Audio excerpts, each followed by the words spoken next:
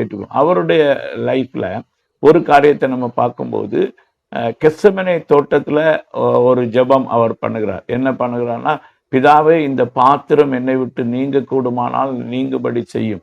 அந்த ஒரு ஜெபத்துல மட்டும்தான் இயேசு கிறிஸ்துடைய ஜெபம் வந்து மிகவும் வியாகுலமான ஜெபமா மாறினது. அவருடைய இரத்தம் வந்து வேர்வை இரத்தமாக மாறினது என்று சொல்லி பார்க்கிறோம்.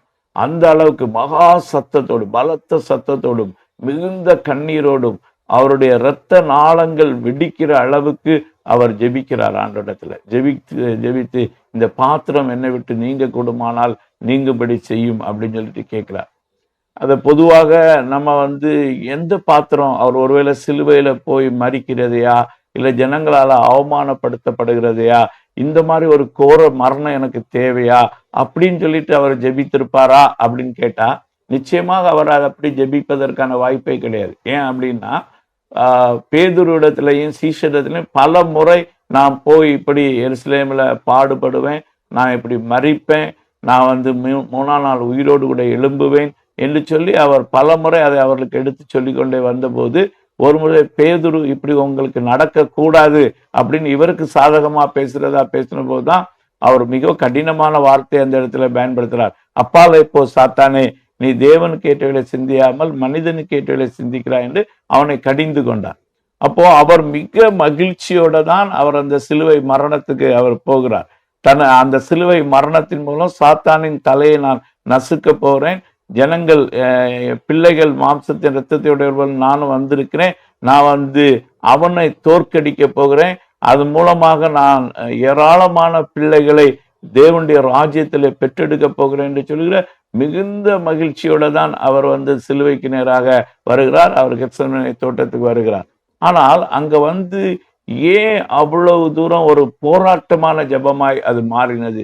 ஏன் மிகுந்த கண்ணீரோடு அவர் ஜெபிக்கிறதும் மிகுந்த விண்ணப்பத்தோடும் மகா பலத்த சத்தத்தோடும் அந்த இரத்த நாளங்கள் வெடிக்கிற அளவுக்கு ஜெபம்? அவரை மாதிரி யாருமே இந்த அளவுக்கு ஜெபம் பண்ணும்போது இரத்த நாளங்கள் வெடித்து ரத்தம் கசிகிற அளவுக்கு யாருமே ஜெபம் பண்ணியிருக்கவே முடியாது. அவ்வளவு வியாகுலப்பட்டு அவர் ஜெபம் பண்ணார்.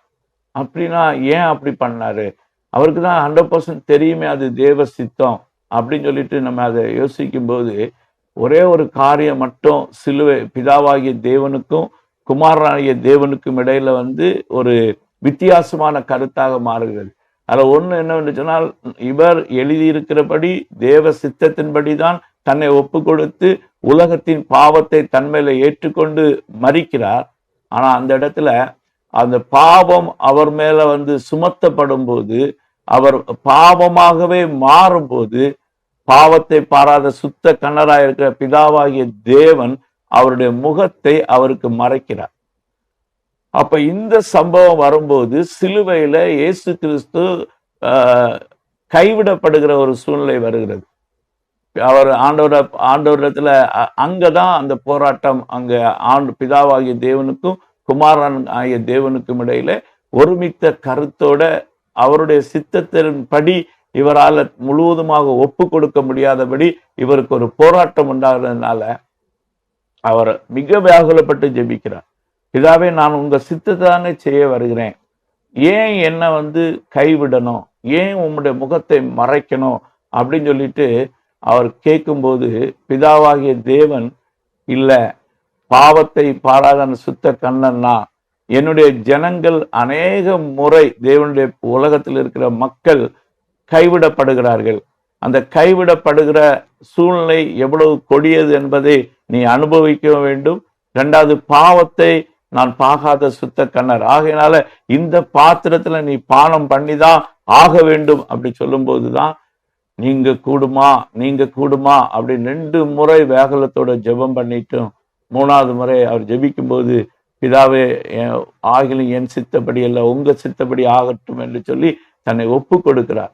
அந்த மாதிரி ஒரு பிரேயர் பண்ணும்போது மட்டும்தான் பிரேயர் வந்து எப்பெல்லாம் நம்ம தேவ சித்தத்தை அறியாதபடிக்கு தேவ சித்தத்துக்கு மாறாக ஜெபிக்கிறோமோ அப்போ ஜெபம் என்று சொல்வது மிக போராட்ட களமாக மாறிவிடும்.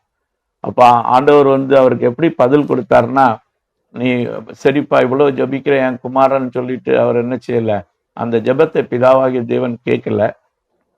அவர் சொன்னாரு, ஒரு தேவ தூதனை அனுப்பி அவரை பலப்படுத்தி என்ன செய்றார், நீ போ சிலுவைக்கு அப்படின்னு சொல்லிட்டு அனுப்பி வைக்கிறார்.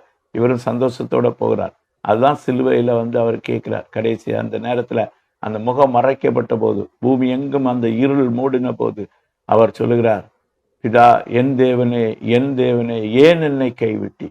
That's the biggest question.